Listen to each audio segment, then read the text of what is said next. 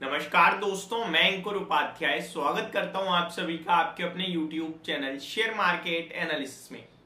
बीते 2 सालों में लार्ज कैप स्टॉक्स ने निवेशकों का पैसा नहीं बनाया है। जी हां, कोविड के बाद आपने जो अगले 1.25 साल, 1 साल और 3 महीने ऑलमोस्ट जो बड़ी तेजी देखी थी, उसमें लार्ज कैप ने फुल पार्टिसिपेट करा। बहुत अच्छी तेजी रही, लेकिन उसके बाद निफ्टी भी हल्का फुल्का बढ़ा है, लेकिन मिड कैप और स्मॉल कैप तो तूफानी रफ्तार से भागे हैं। ऐसे में जो बाजार में नए लोग उतरे हैं और हाईएस्ट लेवल पे, जब भी बाजार बुल रन में आता है तो आप नोटिस करते हो कि मार्केट में बहुत सारे लोग आते हैं, और जब बाजार में गिरावट होती है तो मार्केट को गैम्बलिंग जुआ कह के बहुत सारे डीमेट अकाउंट खाली हो जाते हैं, बहुत सारे डीमेट अकाउंट बंद हो जाते हैं और कोई बाजार में आना पसंद नहीं करता है। ये एक बाजार का मतलब ऐसा सत्य है जो काफी कड़वा है और जो बहुत गलत है मेरे हिसाब से। गिरावट में खरीदना और तेजी में बेचना, बट ये बोलना बहुत आसान है। जो बंदा शेयर बाजार में, उसका पैसा तो लगा ही होगा चाहे किसी भी भाव पे। अब गिरावट में खरीदोगे तो तब जब पैसा होगा आपके पास, आपका ऑलरेडी इन्वेस्टेड है, तो वो तो लॉस ही शो करेगा। और आए दिन एक नया पैनिक होता है उस समय, तो वो बहुत टफ चैलेंज होता है उस समय। आप अपने माइंड को कैसे यूज कर पा रहे हैं, अपनी स्थितियों को कैसे संभाल पा रहे हैं। खैर, उस सबको छोड़ते हैं, वापस टॉपिक पे आते हैं। तो क्या ये लार्ज कैप नहीं चलेंगे, या फिर अब लार्ज कैप में इन्वेस्ट करने का भरोसा दिखाने का सही समय, ये सवाल उठता है। अब मैं आपके साथ कुछ एग्जांपल शेयर करता हूं। सबसे पहले खोलता हूं आईटी सेक्टर और दिग्गज टीसीएस को। 2 साल का चार्ट, कोई मूवमेंट नहीं है, नेगेटिव रिटर्न है, ठीक है, और वहीं का वहीं घूमता रहता है, नेगेटिव ही रह रहा है। इनफैक्ट आईटी से सेकंड लार्जेस्ट इन्फोसिस, 2 साल से नेगेटिव रिटर्न है, कोई मूवमेंट नहीं है। अब आ जाते हैं बैंकिंग दिग्गज एचडीएफसी बैंक। 2 साल का चार्ट, कोई मूवमेंट नहीं है, रेंज प्ले कर रहा है और रेंज के मिडल में ट्रेड कर रहा है। इनफैक्ट 2 साल पहले 1580 था और आज 1480 है, यानी 100 रुपए नीचे ही है। नेक्स्ट, एक और आपके लिए large cap bank Kotak bank को उठा लेते हैं। स्टॉक 2 साल में लोएस्ट पॉइंट पे खड़ा है 1733 पे, और हाईएस्ट है इसका 2000 प्लस का। कुछ मूवमेंट नहीं है। आईसीआईसीआई बैंक ने डेफिनेटली मार्केट को आउट परफॉर्म करा है बैंक में, एंड इस स्टॉक ने रिटर्न्स बना के दिए आपको, नो डाउट। 933 पे अभी, और 2 साल पहले शेयर 800 पे था, रिटर्न्स आए हैं यहाँ पे।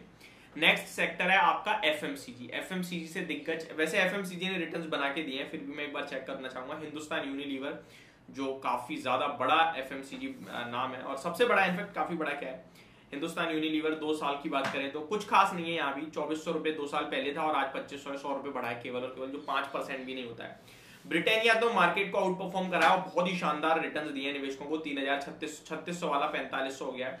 अब कंसोलिडेशन में चल रहा है लगभग 2022 दिसंबर से, यानी पूरा 1 साल ऑलमोस्ट कंसोलिडेशन हो गया है। बहुत अच्छे लेवल्स पे यहाँ पे इन्वेस्ट करना चाहिए आपको, मुझे लगता है। अगले सेक्टर में चलते हैं। ऑटो में आउट परफॉर्मेंस आई है, नो डाउट आई है। पेंट सेक्टर से एशियन पेंट आपके साथ शेयर करना चाहूंगा। 2 साल पहले शेयर का भाव आपके लिए था 3170, अभी 2970 पे, और टॉप इस बीच में, स्टॉक बीच में 3350 का बनाया है, यानी कि आपको 2 साल के निचले स्तर पे मिल रहा है।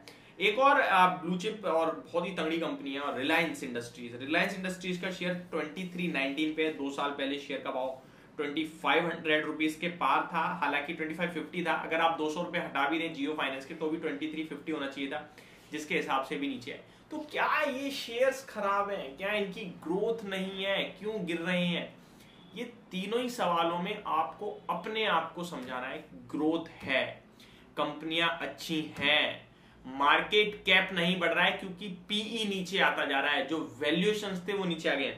रिलायंस 22 के पीई पे ट्रेड कर रहा है, ये 30 के पीई तक चला जाता है। एशियन पेंट को देखिए आप, एचडीएफसी बैंक को देखिए, 17 के पीई पे मिल रहा है 25 के पीई वाला शेयर। तो ये सारी चीजें हैं जो मुझे लगता है आपको खुद को ही समझानी है। शेयर बाजार में आप पैसा लगाओ और उसके बाद शेयर रिटर्न दे दे, ये जरूरी नहीं है। शेयर बाजार में कभी कभार शेयर आपका पेशेंस टेस्ट करता है, आपका कॉन्फिडेंस टेस्ट करता है। कभी कभार आपसे कहता है कि भाई मेरे ऊपर भरोसा कर, कभी कभार वो आपको तुरंत रिवॉर्ड कर देता है। ये समय समय की बात है। अब आप और हम इतने बड़े ज्ञानी या फिर भगवान तो है नहीं कि जब शेयर चलेगा तभी लूंगा। पूरी साल शेयर कुछ नहीं करता, एक हफ्ते भाग जाता है, पूरी साल का पैसा बना के देता है। इसीलिए तो ये शेयर बाजार है।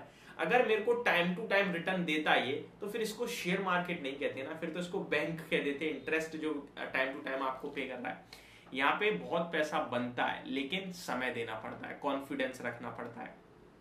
और सबसे बड़ी बात यह है कि आप जिस कंपनी को लेकर बुलिश हैं उसमें कितनी ग्रोथ आगे चलकर आएगी, ये सबसे इंपॉर्टेंट है। और इन बैंकों की बात करी जाए तो दिग्गज है, बहुत बड़े बेस वाली हैं, लेकिन इनकी ग्रोथ सस्टेनेबल है, इसीलिए इन्हें ब्लू चिप कहते हैं। तो मेरे को लगता है ये निवेशित रहने वाले स्टॉक है, निवेश करने वाले शेयर्स हैं, और 2 साल से कुछ नहीं करा, दैट डजंट मीन कि आगे भी कुछ नहीं करने वाले। तो मेरे को लगता है this is the time to invest in this stocks, this blue chip stocks. तो मैं तो इनमें बुलिश हूं, चाहे वो रिलायंस हो, HDFC बैंक हो, कोटक महिंद्रा बैंक हो, एशियन पेंट हो, हिंदुस्तान यूनिलीवर हो, ब्रिटानिया इंडस्ट्रीज हो, ये सारे स्टॉक्स मेरे को पसंद है। लेकिन मेरा व्यू लॉन्ग टर्म है, मैं डेली बेस पे भाव नहीं चेक करूंगा। तो और एक रीजनेबल रिटर्न, ऐसा नहीं है अब हिंदुस्तान यूनिलीवर 2500 वाला 5000 हो जाए, ये पॉसिबल नहीं है मेरे भाई। 5 लाख करोड़ का मार्केट कैप 10 लाख करोड़ कैसे हो जाएगा?